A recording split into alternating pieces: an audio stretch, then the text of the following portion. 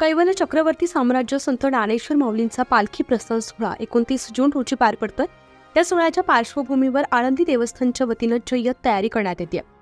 हा सोहळा राजवैभवाचं प्रतीक म्हणून ओळखला जात असल्यानं माऊलींच्या नित्योपचारासाठी नैवेद्यासाठी वापरण्यात येणारी चांदीची भांडी आणि खास चांदीचं सिंहासन, त्याचबरोबर माऊलींच्या पालखी रथासोबत जाणाऱ्या दैनंदिन वापरातल्या वस्तू आणि छोट्या गोष्टींपासून ते मोठ्या वस्तूंपर्यंत सर्व गोष्टींचा समावेश असणाऱ्या कोटीघराची खास दृश्य। माऊलींच्या पालखी सोहळा 30 जून ते 31 जुलैपर्यंत या कोटीघरातील वस्तूंचा वापर करत दररोज 400 लोकांच्या महाप्रसादाची व्यवस्था केली जाते। पुन्हा एकदा दरवर्षीप्रमाणे माऊलींचा पालखी सोहळा प्रस्थान ठेवतो आहे, पण त्याची पूर्ण तयारी साधारण महिनाभरापूर्वी केली जाते। दररोज किती लोकांचं जेवण गृहीत धरून ही तयारी आहे। माऊलींचा नित्योपचार सुद्धा यामध्ये असतो आणि काय काय वस्तूंचा समावेश प्रामुख्याने यामध्ये असतो, काय सांगाल? यामध्ये साधारण महिनाभर तयारीला सुरुवात केलेली आहे।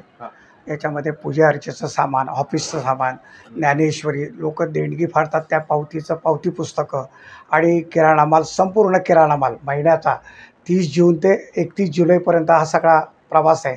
रोज 400 लोक सकाळ संध्याकाळ जेवायला असतात। त्याच्यामध्ये आमचे सेवक, प्रशासकीय अधिकारी, कोणी जे पाहुणा रावळाला त्या सगळ्यांना माऊलीचा प्रसाद दिला जातो। आणि याला महत्त्व म्हणजे प्रसाद आहे, ही पंगत नाही, माऊलीची पंगत वेगळं, इतर दिंडीला पंगत असते आणि आमच्या माऊलीचा तिथं असतो प्रसाद असतो। त्या प्रसादाला फार मोठी, त्यामुळं आलेल्या माणसाला प्रसादाची आहे म्हणून त्याला प्रसाद आपण प्रत्येकाला दिला जातो। आणि याच्यामध्ये सगळं गव्हाची आहे, तेल आहे, तर सगळे पूजा अर्चेचं सगळं सामान आहे।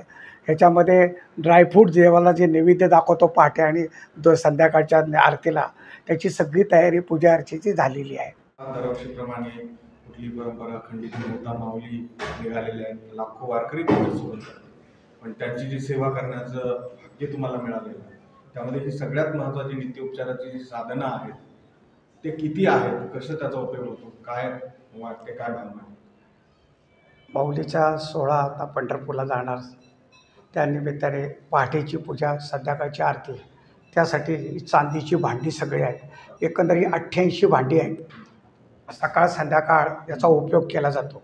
ते काढून त्याच्यामध्ये आरती आहे, एक आरती, पंचारती, गंधाच्या वाट्या, अभिषेक पात्र, त्याला चौरंगावर याच्यावर माऊली विराजमान होती आणि त्या तपकामध्ये ठेवून त्याची पूजा होती। आणि मग पहाटेच्या पूजेला की सगळ्यांना महाप्रसाद वाटला जातो। शेंगदाणे आणि ड्रायफ्रूट आपले असतात, सुकामेवा, त्याचा सगळ्यांना प्रसाद दिला जातो। आणि हे 4 पुजारी असतात, ते पूजा करत असतात आणि प्रमुख विश्वस्त पूजेला बसलेले असतात। पालखी सोहळा प्रमुख बसतात, विश्वस्तापैकी कोणी एक जण पूजा करायला बसलेला असतो। चांदीची विडा, सुपारी इथपासून ते सिंहासन, याचं काय महत्त्व आहे आणि याच्यावरचे जे चिन्ह आहे ती काय नेमकी आहे? याच्यावर गरुड, मारुती आणि पताका म्हणून आहे, जे माऊलीचं ऐश्वर्य ज्याला आपण म्हणतो की राजा निघालेला आहे वारीला, त्या संदर्भात पुढे अश्व असतात आणि छत्री, सामर, अब्दागिरी, म्हणजे ऐश्वर्यामध्ये निघालेली आहेत माऊली, त्याची ती प्रतिमा आहे।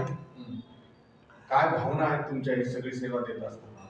आयुष्यभर आता केलेलीच आहे, आणखी अशीच घडो आणि याच्यातच आपला शेवट हो, एक माऊलीच्या चरणी प्रार्थना।